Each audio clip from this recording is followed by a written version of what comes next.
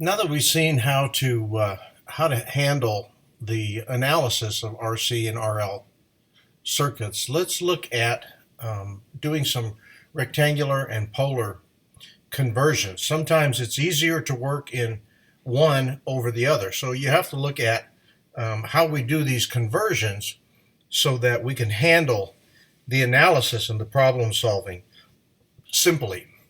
Any phasor may be identified by expressing the phasor in terms of its magnitude and direction, which is your polar form, or in terms of its horizontal and vertical components, which is its rectangular form. So if we look at the diagram here on the bottom, we can see that we have a rectangular form down here, 43.3 minus J25, which is our horizontal and vertical components. And we have the polar form, which shows a radius on the resultant phasor, the green one, of 50 at an angle of minus 30 degrees. So we have to be able to go back and forth between those values. The polar form notation gives us magnitude of the hypotenuse of the right triangle and the phase angle.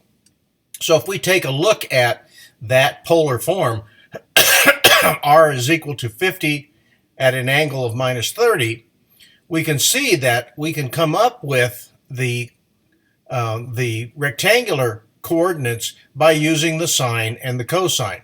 So the x component then becomes 50, or the radius, times the cosine of theta, in this case 30 degrees, and gives us 43.3. And we can see here the red phasor is 43.3. We do the same thing on the y-axis, r sine theta, 50 times the sine of minus 30 degrees, which gives us minus 25. And so you can see that.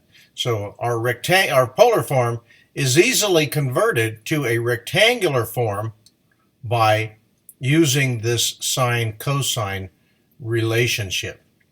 So r subpolar is the polar, r subrectangular is our rectangular forms. You can use your calculator, in this case the Casio calculator, to do your conversions. It's a matter of putting the calculator into polar or rectangular form. In this case, step 1, shift, and then hit this key down here, the plus key, that has polar, you can see up in the upper left-hand corner, step 2. And the same thing for the rectangular form. Shift rectangular is the minus key. And then you can do your functions. As before, you'll need to consult your manual to determine how your calculator does those functions and which keys that you need to press in what sequence. So if we consider the diagram then, where we could express the voltage supply, E, in both polar and rectangular forms. So you can see here in the polar form, we have the current and the voltage across the resistor that would lie on the x-axis, and then in this case for a capacitor, V sub C would lie on the minus J axis. And of course we've seen before then our real and imaginary, or our resistance and our reactance values that form our impedance Z when we do our calculations.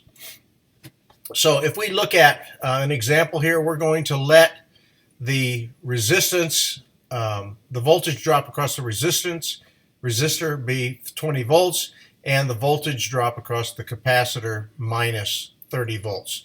From that, let's find the source voltage, E, and the angle theta, expressed in both polar and rectangular forms. So very simply, we would have our values here of our rectangular would end up being values of, let's put a B there, values of 20 volts minus J 30 volts would be our rectangular form. So if we wanted to find the angle associated with it, the tangent of theta, we can take then the reactive component, V sub c, divide it by the resistance component, V sub r, and we end up with a tangent of theta minus 1.5. From there, as before, we take the inverse tangent then of minus 1.5, and we get an angle of minus 56.3 for our angle down here. Now, if we want to calculate for the supply voltage E, that's equal to the reactive component, the capacitor, V sub c, and we would divide it by the sine of 56.3 degrees negative, and we end up with a applied voltage of 36.1. So that 36.1 becomes the value of R, or the radius, and the angle of minus 56.3. So in the case where we have a resistor that's a 7.5 k ohm, we have an angle of minus 27.5. Express the impedance Z in both forms. So let's start off with a relationship that has something that we can work with. We know the angle, so in this case, let's pick cosine theta, and we know the resistance, 7.5 k. So let's choose this form and solve for what we're looking for, the impedance Z.